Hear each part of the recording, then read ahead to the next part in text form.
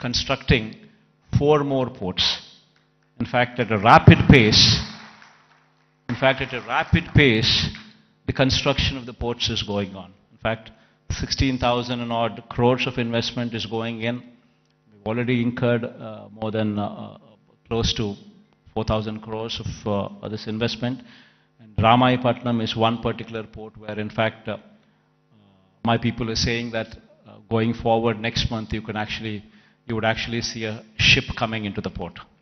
So much so, in progress, one can also see if one were to visit these ports, be it Ramayapatnam port, which is going at a massive pace, be it the Machilipatnam port, which is also progressing at a very, very brisk pace. So is the progress in Kakinada also. It's a private port though, Kakinada being. And then the Mulapeta port coming up in Srikakulam is also moving at a very, very brisk pace. So 3 of them are coming up in government sector, 1 of them is coming up in the private sector. All 4 are moving in a very, very brisk pace. So what we're currently doing is developing what we had 6 ports earlier in 4 locations. We're developing. And then we're building 10 fishing harbors to support blue economy. We now currently have every 50 kilometers one travels through the coast.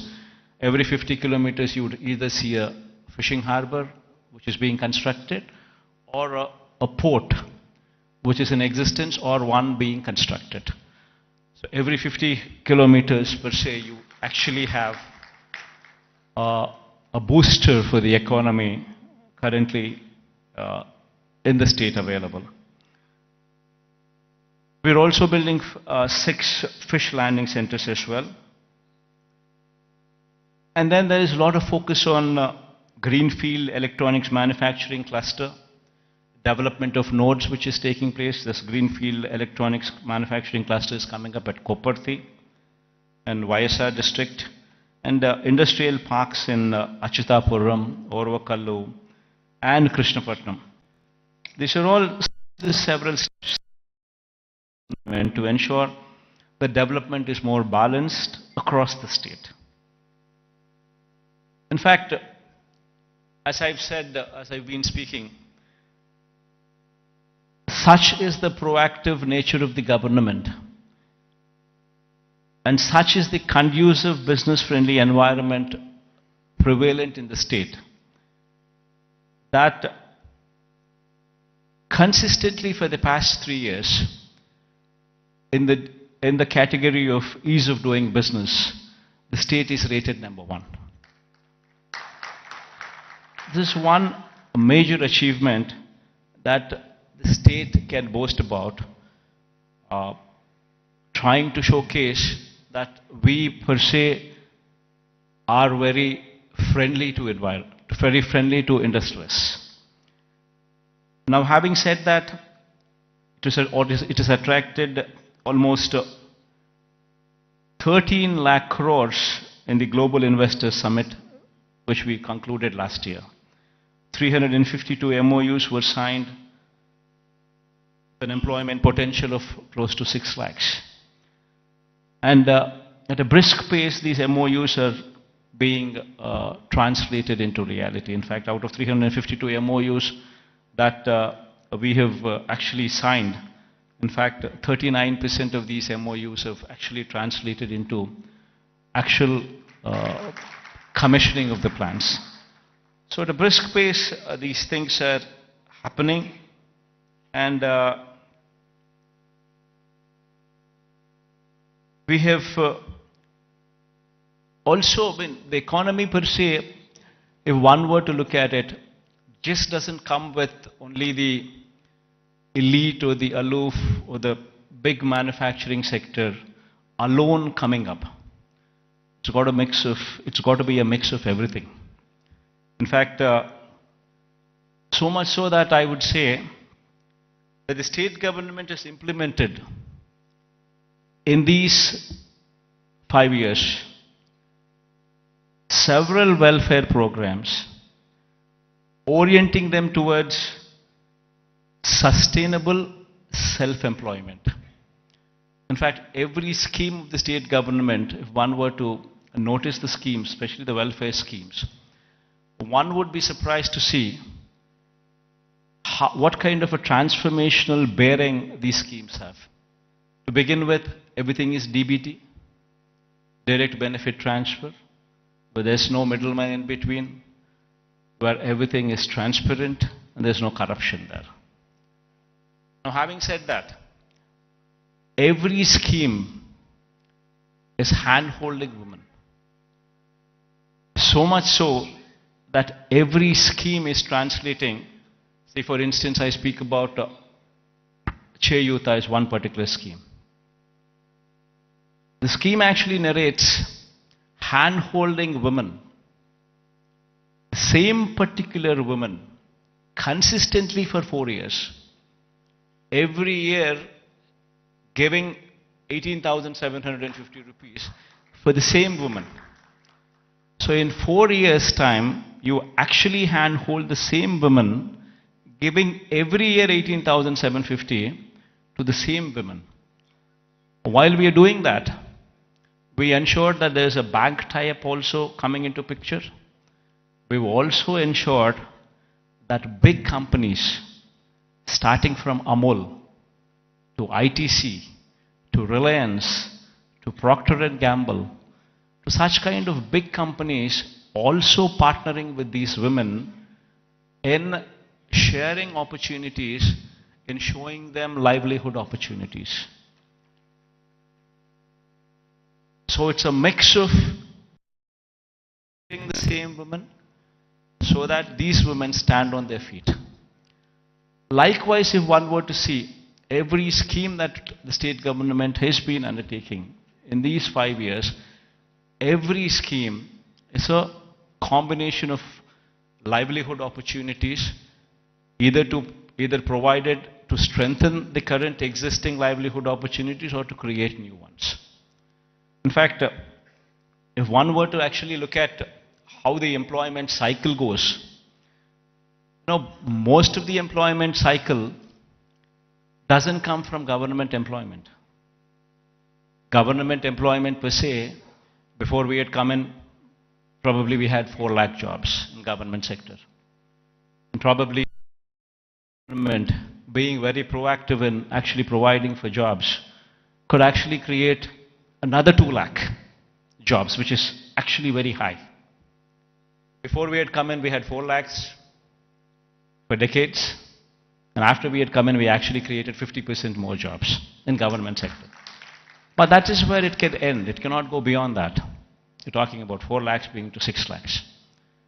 Then per se, the big industrialists also, when we were to speak of, if one were to see the translation of opportunities of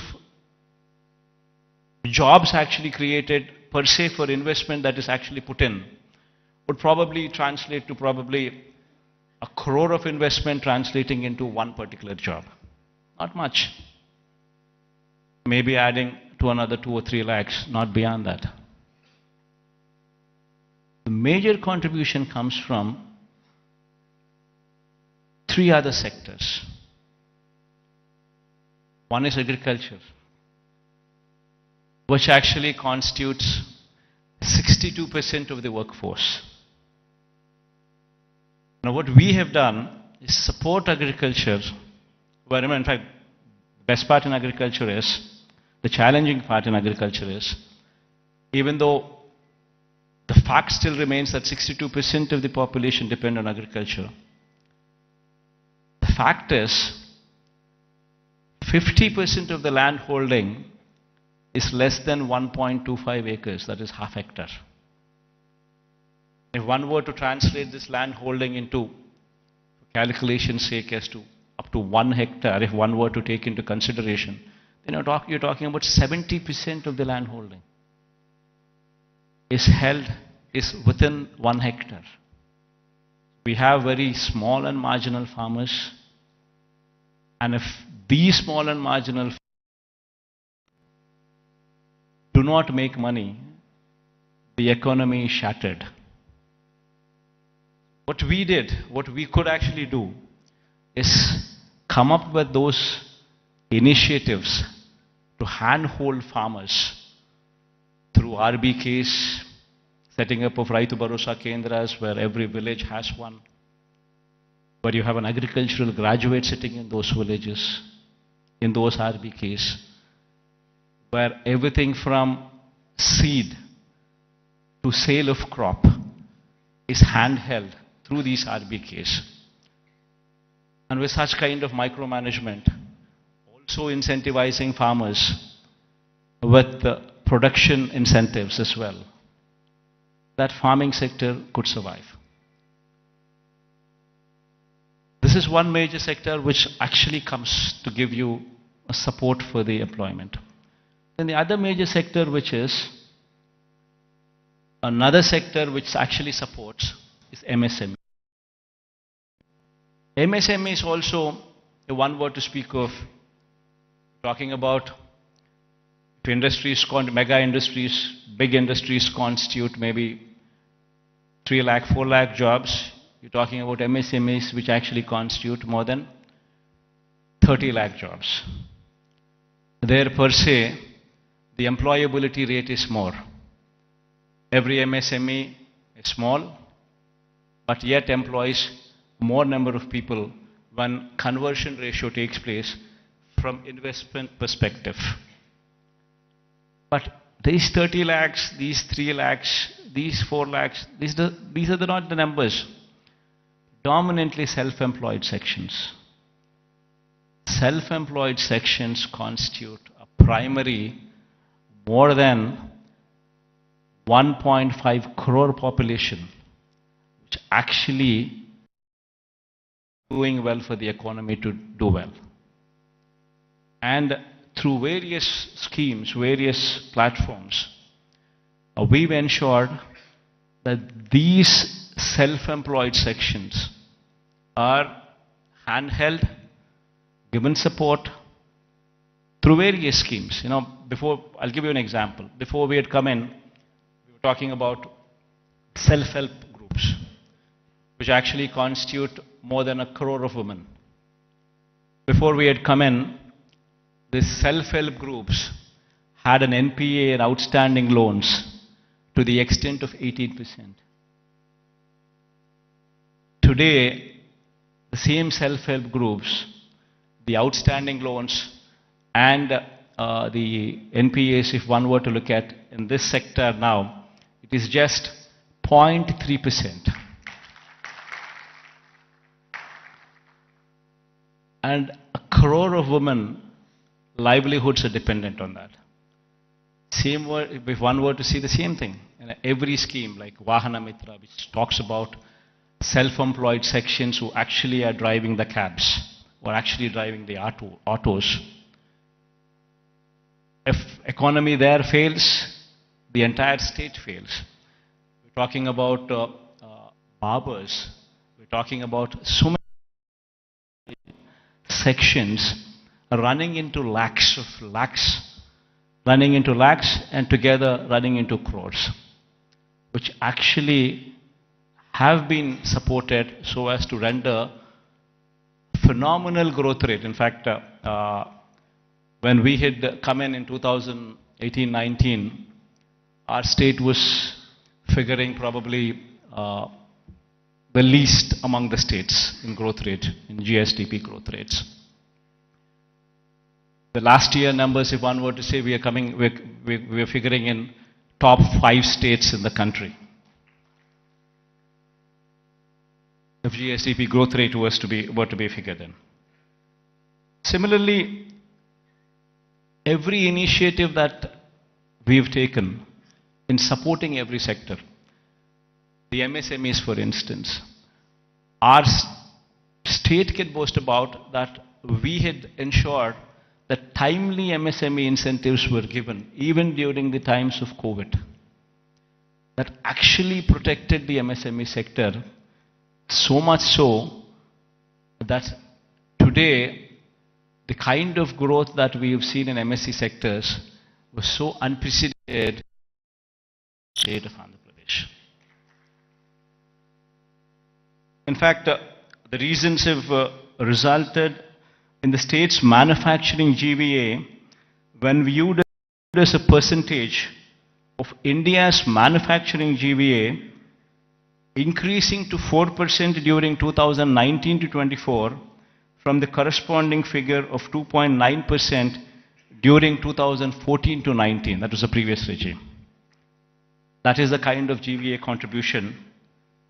State's manufacturing GVA to a percentage of India's manufacturing GVA, if one were to compare. We're actually contributing 4% now versus in the previous regime contributing to only 2.9% in those days.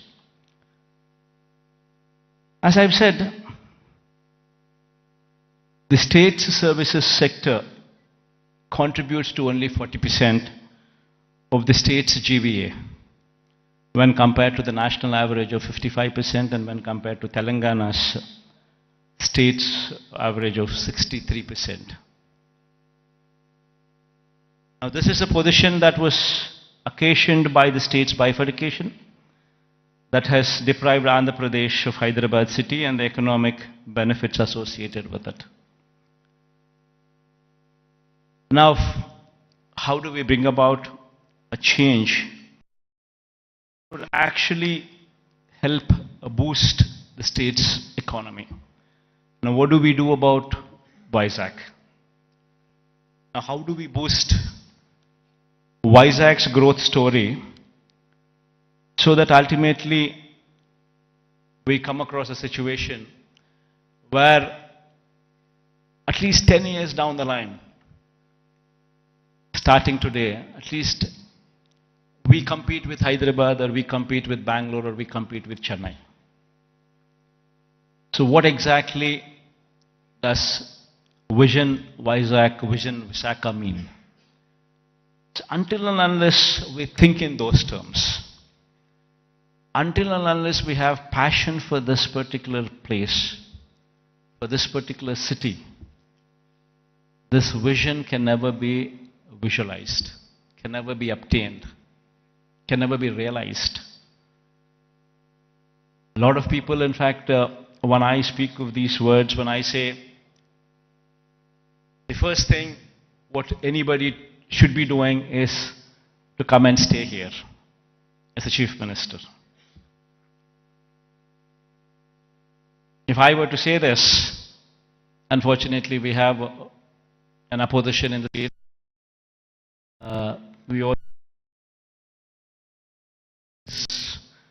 and also a negative media with vested interests who support the opposition. I think many of you also are aware of it, that they make such a hue and cry that, in fact, that we shifting over to Vizag, they try to make an issue out of it, saying that somebody is coming to Vizag because they want to grab the lands here. They want to do that, they want to do that. And these kind of stories shamelessly are written, shamelessly are projected. And all for what? So they don't want the chief minister to come here. They go to the court, court cases are filed. All for what? They don't want chief ministers to come here. Now why? Because if the chief minister comes here, will grow. Because there's ownership which is going to come for this area. There will be a christening of the city as executive capital.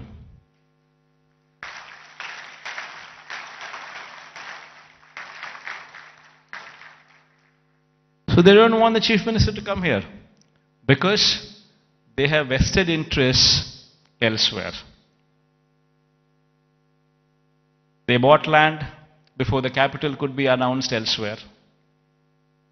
Thousands of acres in private hands, Benami lands. And they're all scared. The moment this becomes the executive capital, the land rates there would further plunge. And because of this vested interest, today Vizag has taken the beating. So going forward, I'm here to assure everybody here that there would be changes, because this is inevitable. If one were to compete with Hyderabad, compete with Chennai, compete with Bangalore, it's very important that Vizag becomes the economic growth engine.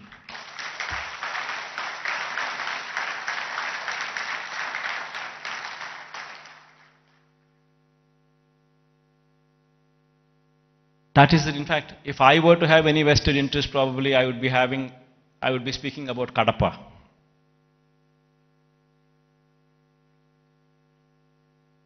See, for me, the state is ours, to everyone here.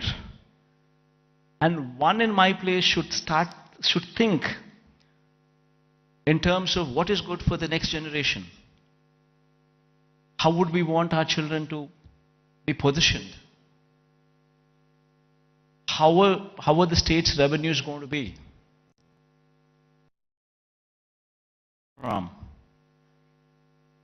And how exactly can we boost these revenues to support the growth of Andhra Pradesh? If we do not think like this in terms of growth for Vizag, then who would think? If the vision of the leader is wrong, if the vision of the leader is negative, then Vizag, today unfortunately, only person standing for Visakhapatnam as executive capital is only me.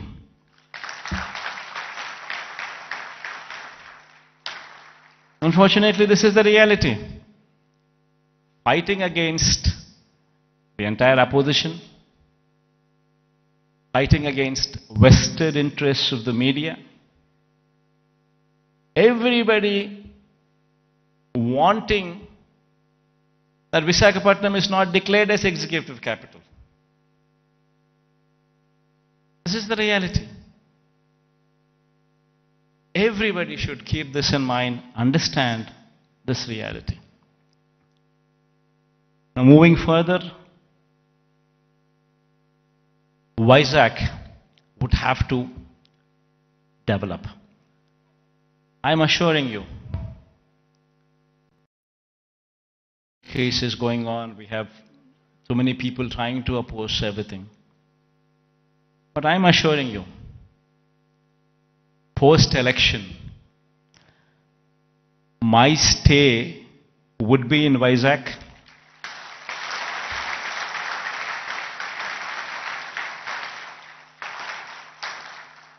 In fact, my swearing-in ceremony also would be in Vizag.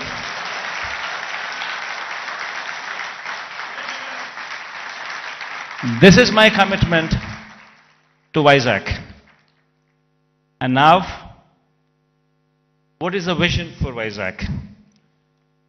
See, we need to have a 10-year vision.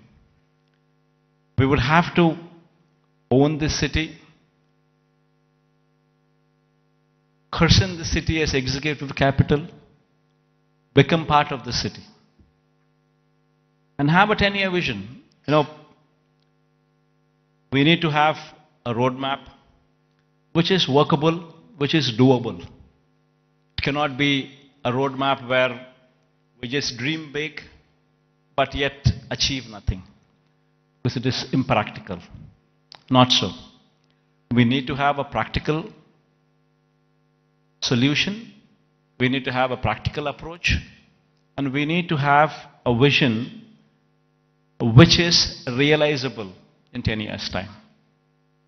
Of course, this vision is one vision which cannot be alone done by the state government.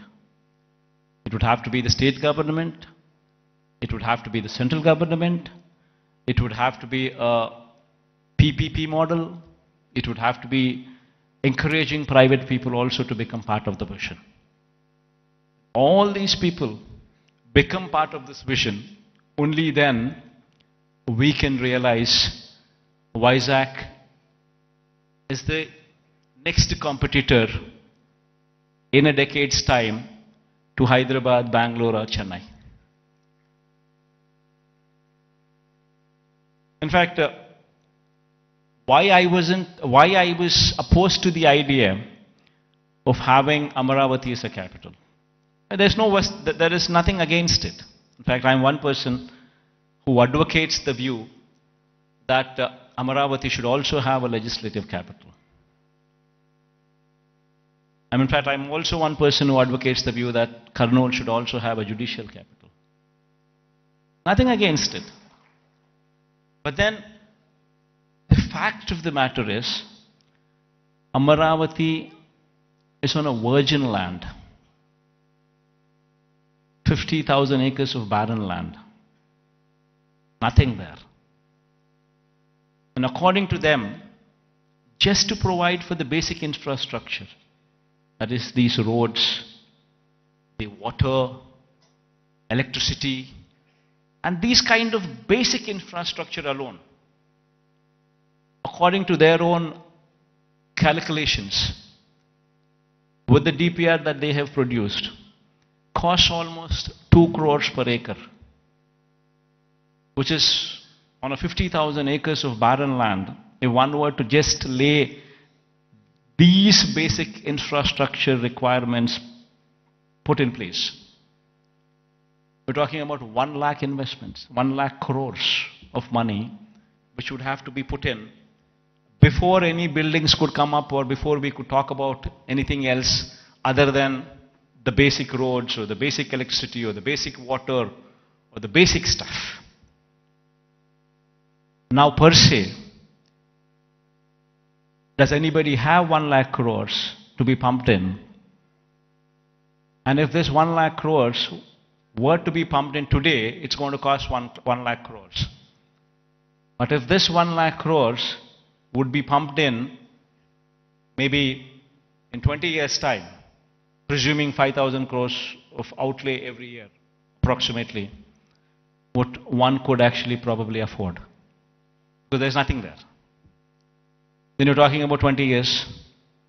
Then in 20 years' time, 1 lakh crore probably would become 7-8 lakhs or 10 lakh crores.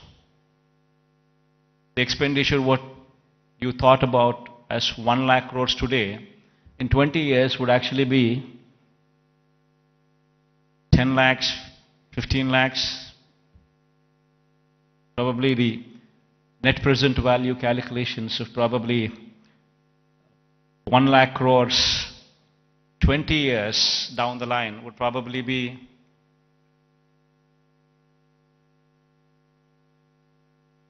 one were to calculate 1 lakh crores today, 20 years down it would be 10 lakhs, 15 lakhs, 20 lakh crores. And which is going to be a dream chasing. You would never be anywhere. That is the reason why I say I'm nothing against it. It's only something that we can't do it. Whereas here in Vizag, we have a place which already has this basic infrastructure. We already have roads.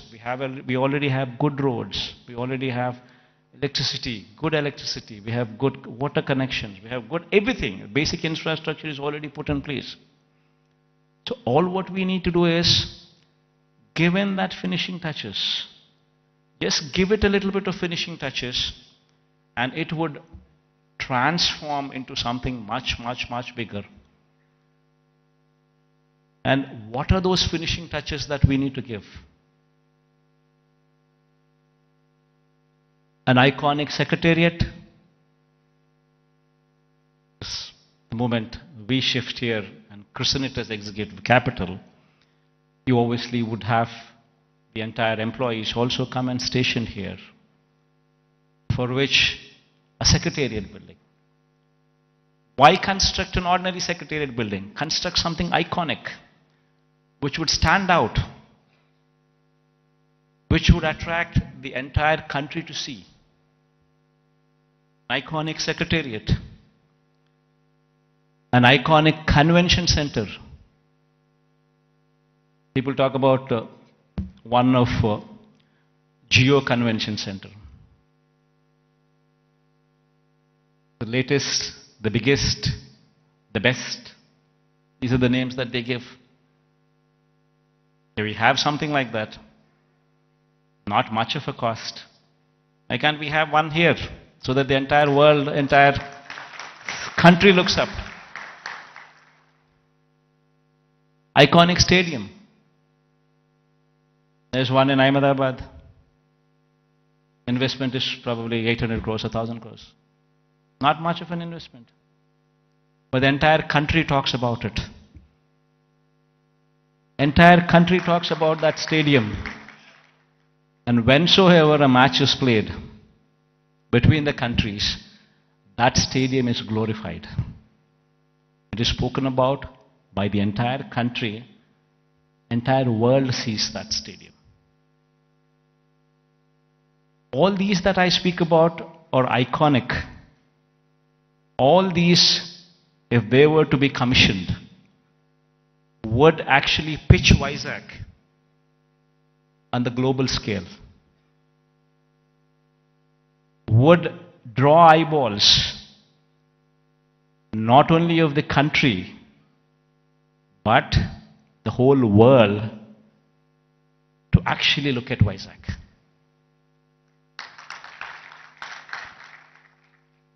What we have envisioned for Vizag, iconic secretariat, iconic convention center, iconic stadium, Institute of Emerging Technologies. One beautiful institute wherein the talent for any emerging technologies is tutored here. If our students could be given that kind of skills, tutored here, this would be positioned as something else. We have the Bhogapuram International Airport coming up. At a very brisk pace, the work is happening. And within the next 15 months or 18 months, this project would actually see the light of the day. It's moving at a very brisk pace. Then connectivity to the Bhogapuram International Airport. A 6-lane beach corridor road with beautiful green lawns on either side of the roads. 6-lane road to Bhogapuram International Airport. They're talking about a metro rail. Our Vizag is probably the only metro, I guess, which does not have a metro rail. So getting funds for metro rail per se, I don't think it's that difficult. Because it might cost another 40, but 60% of the funding comes in PPP model by the developer. Another 40% is to be shared by central and the state government. Central shares 20%, state shares 20% of the 14,000 crore investment. Of course, we are pushing for the entire 40% to be borne by the central government. That's a different story. But even if that doesn't happen, we're still talking about 20% contribution from the state government. And then you could actually see a 14,000 crore metro rail project also take off. Then we're building a Molapet port in Srikakulam. Within the next 1 year, the port will start functioning. And we have Vizag, Bhogapuram International Airport, which is 30 kilometers from the airport. And then from there, the Molapet port is just another 110 kilometers or so. So you have entire corridor from Vizag International Airport and then Molapet port. A horizontal growth corridor which could take off, which already has an existing national highway, a think 6-lane or 8-lane highway, is already the works are at a brisk pace. Then you have a data center with a submarine cable, which is coming from Singapore. A data center, Adani is doing it. A huge investment, 27,000 crores of investment is coming there. And since it's a private investment, and Adanis are doing it, the works of the land from our side, everything that needs to be done is already done. They've already started the work, the plans are submitted. Next 5-6 years, in a staggered way, in a phased manner, they would actually ensure that this project also comes up.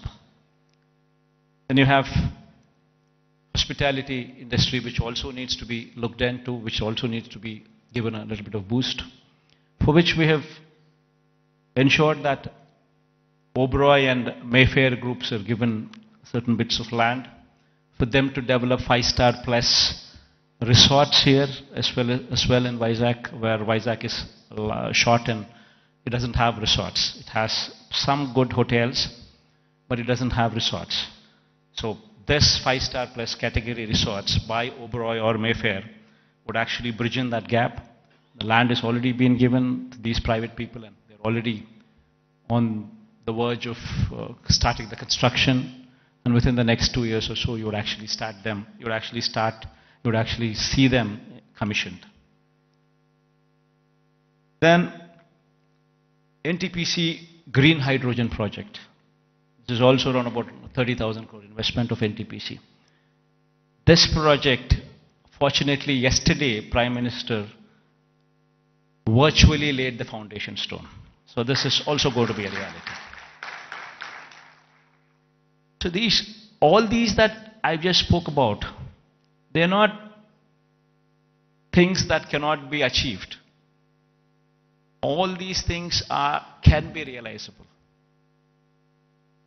Within the next 10 years, in a staggered manner, we would see all these things coming up. Because all these things that I spoke about are not big. Something which is unimaginable. No, not so. All these things are realizable because they're not something, they do not post those numbers which would actually say they are not realizable. And there is, of course, one aspiration what I'm trying to negotiate with the Prime Minister also. This thing goes well, we would have this as well. A high-speed rail corridor from Hyderabad passing through Vijayawada, then Vijayawada to Bangalore, passing through Kurnool and Kadapa. But this is an aspiration. If it happens, it happens. Even if it doesn't happen, 10 years is a big enough span for us to pursue that it happens. Even though this is an aspiration currently with us, the rest of the stuff that I spoke about are all realizable. So with all these things coming up in Vizag, and the Chief Minister coming and stationed in Vizag, it would attract a lot of people to come and settle down in Vizag as well. And Vizag, in 10 years' time, with all these iconic buildings taking shape, would actually compete with the best in the world, with the best in India, definitely for sure. In fact, my people have gone ahead and given a presentation to this effect. We can all watch, myself included. I'll also be sitting with you on the other side. Let's share the officials also for actually putting in this kind of energy and effort, because it takes a lot of passion to actually be involved. What needs to be done for Vizag, how do we do it, and takes a lot of passion. In fact, when I was asked to come here, I said, fine. Because looking at their passion, I wanted to encourage them as well. And I also wanted to give a kind of confidence to the people of Vizag in particular, that yes, Vizag, in spite of all the difficulties and hurdles that were posed, we will prevail, we will survive, and we will bounce back, is what the final message would be. Thank you all for patient hearing. I hope that we all share this dream and it will be realized at the earliest. Because I can't repeat the whole thing in Telugu. I tried, but then I thought again I'll deviate. Maybe some other occasion in Telugu. Maybe some other occasion in Telugu I would do so.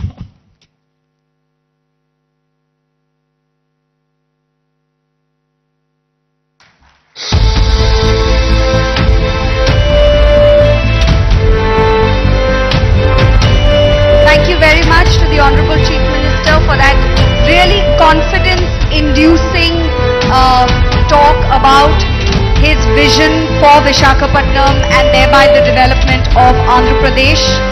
Truly, truly confidence-inducing. Very, very inspiring. Thank you very much, sir, for the confidence-inducing talk on your vision for Andhra Pradesh. And thank you for joining the audience. It's a privilege for all of us that you will be watching the AV with them. I would now like to call upon Sri Lakshmi Ma'am, Special Chief Secretary, Department of Municipal Administration and Urban Development, Government of Andhra Pradesh, to please come on to the dais and make the big announcement of the day and launch the AV.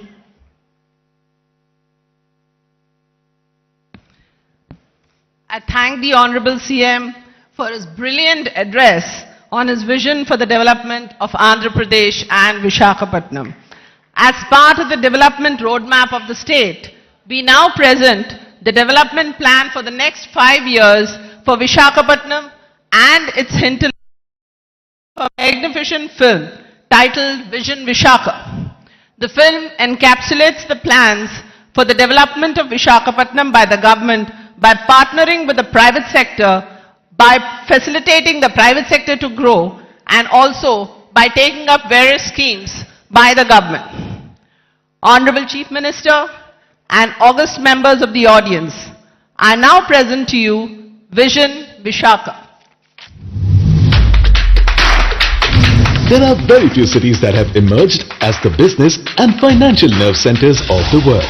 New York, London, Frankfurt, Dubai, Hong Kong and Singapore have established themselves as prominent global centers for commerce and finance. In India, Mumbai on the west coast has emerged as a major business and financial center. However, its rise has now been constrained by overpopulation, lack of ease in doing business, infra congestion and limitations in real estate.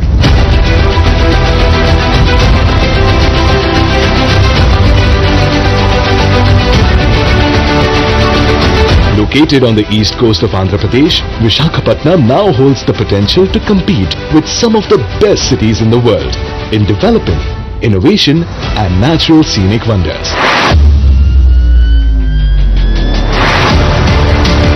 Rightly assessing the potential of Visakhapatnam to become a global cosmopolitan city and the enormous opportunities for it, Andhra Pradesh Chief Minister Shri Y.S. Jagan Reddy has conceived the outstanding Vision Visakha. Vision Visakha aims to support Visakhapatnam as a home for high-class infrastructure, commercial activity, positive environment, sustainability and natural scenic beauty to go on to become a leading financial, fintech and artificial intelligence hub in the country and in the world. Spanning the next 5 years, this magnificent plan for Visakha has been chalked out with an approximate budget of 1,05,000 crores. The vision recognizes that the future of Visakhapatnam is predominantly linked to major sectors such as industry, port, trade, tourism, health, knowledge, circular and resilient economy, and an aerotropolis. Infrastructure will be developed in 5 categories: connectivity, industrial landscape, urban planning and city infrastructure, livability and social infrastructure, sustainability and climate resilience. The allocated percentages for these have been clearly mentioned in the vision. These investments are estimated to create more than 10 lakh jobs and employment opportunities in Visakhapatnam during this period.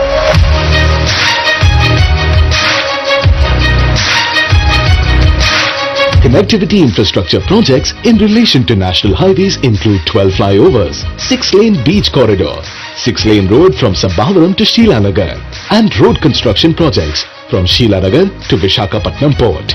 A total of 8,980 crores have been proposed for the same. With respect to the road network, a total of 12 projects including new roads, widening of roads, footpaths, facilities at junctions, pedestrian requirements, alternative route to Simhachalam, rail overbridge, bus shelters and more have been proposed with an investment of 1,906 crores. Freight corridors and railway zone includes new South Coast Railway Zone and freight corridor from Sontiam to Simhachalam that will be undertaken at a cost of 196 crores. 14,309 crore rupees have been dedicated for the Visakhapatnam Metro Rail project. To secure a solid connection between Visakhapatnam and the world, Shri Y.S. Jagan Reddy has laid the foundation stone for Bhogapuram Airport with a budget of 4,727 crores. A total of 33,080 crores have been allocated for over 30 projects in Vizag region, including 20,225 crores for the establishment of NTPC Hydrogen Park.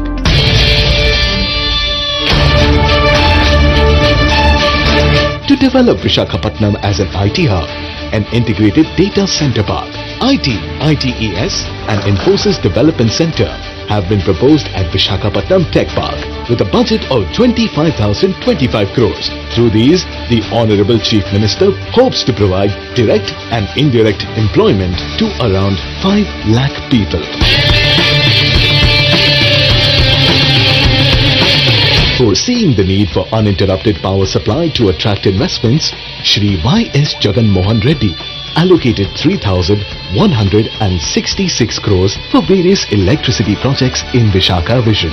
In relation to urban planning and infrastructure of the city, investments of 975 crores are dedicated for fresh water supply projects.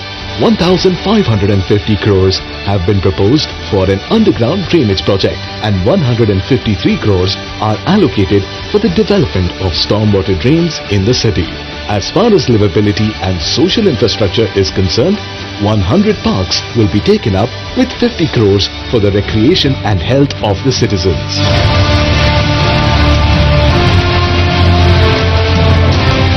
"150 lakes will be developed in a phased manner in the city with a sum of 250 crores. Regarding sports facilities, 7 stadiums will be developed with a budget of 169 crores. Along with demonstrating his commitment towards encouraging sports through the one-of-a-kind statewide Adudam Andhra program, Shri Y.S. Jagan Reddy has proposed an international cricket stadium with a whopping budget of 300 crores in this Visakha Vision in order to place Visakhapatnam on the sports map of the world. DMRDA projects include a natural history park, museum and research institute with 108 crores, a convention center with 220 crores, an urban entertainment zone with 40 crores and Siripuram multi-level car park with 87 crores. About 150,000 houses worth 4,039 crores are being constructed through Jaganana colonies and Tidco houses for the construction of affordable houses for the common citizens.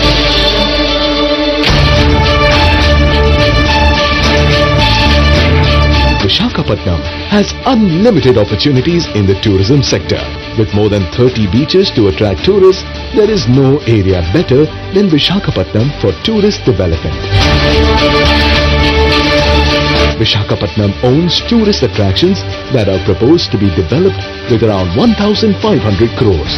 Apart from that, major star hotels like Oberoi, Mayfair will also be facilitated to attract global tourists to the city.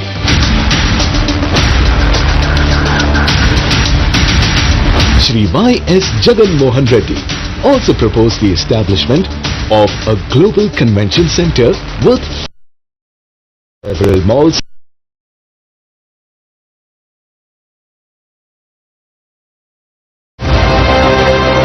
under the infrastructure for Eco Vizag, Clean Energy.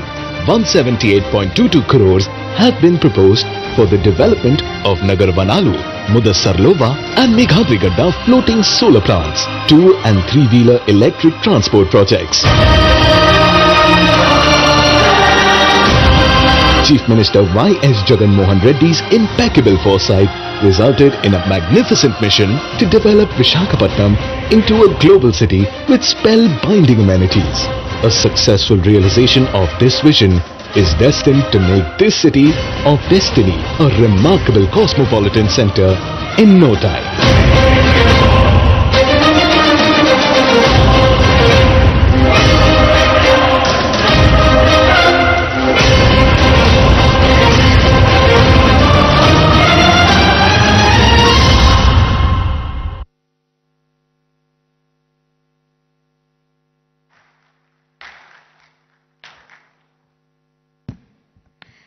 That was a comprehensive roadmap presented to you, taking into consideration connectivity, livability, social infrastructure, urban planning, industrial growth, sustainability and climate resilience. The Honorable Chief Minister of Andhra Pradesh, Shri Y.S. Jagan Mohan Reddy Garu, is well on his way to achieving Vision Visakha and many other such projects for other cities of the state as well. He has already unveiled projects worth more than 1,500 crores, as you saw in the audiovisual presentation. To serve as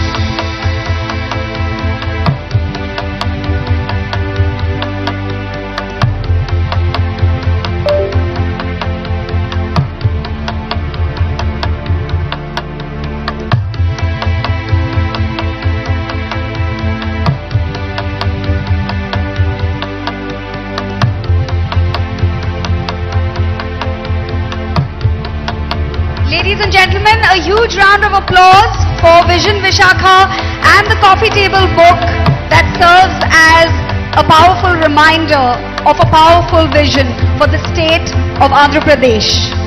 Under the able leadership of the Honorable Chief Minister, Shri Y.S. Jagan Mohan Reddy Garu.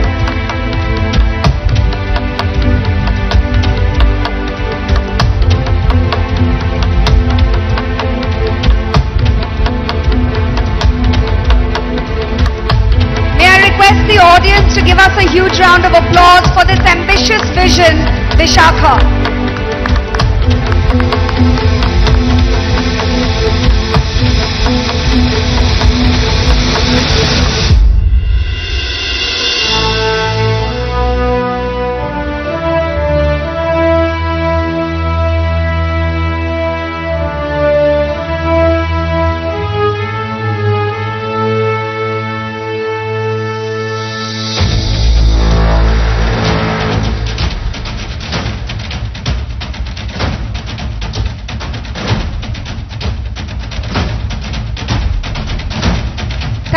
much, sir, for inducing this audience with your confidence, your passion for your vision, Vishakha.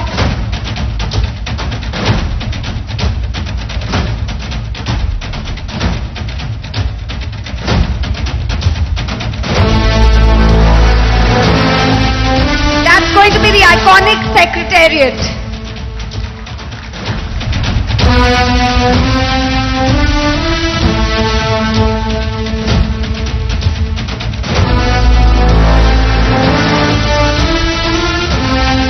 The iconic secretariat that will lure the eyes not only of the entire country but also of the entire world, as shared in Vision Vishakha by the very driven, young, dynamic leader of Andhra Pradesh, the Honorable Chief Minister Shri Y.S. Jagan Mohan Reddy Garu. I would also like to thank Shri Budimuthyala Naidu Garu, Deputy Chief Minister of Andhra Pradesh, Shri Gudivada Amarnath Garu, Honorable Minister of IT and Industries, Srimati Vedadala Rajani Garu, Honorable Minister of Health, District in charge, Shri Adimulapu Suresh Garu, Honorable MAUD Minister, Shri Y.V. Subbareddy Garu, Honorable MP of Rajya Sabha, Shri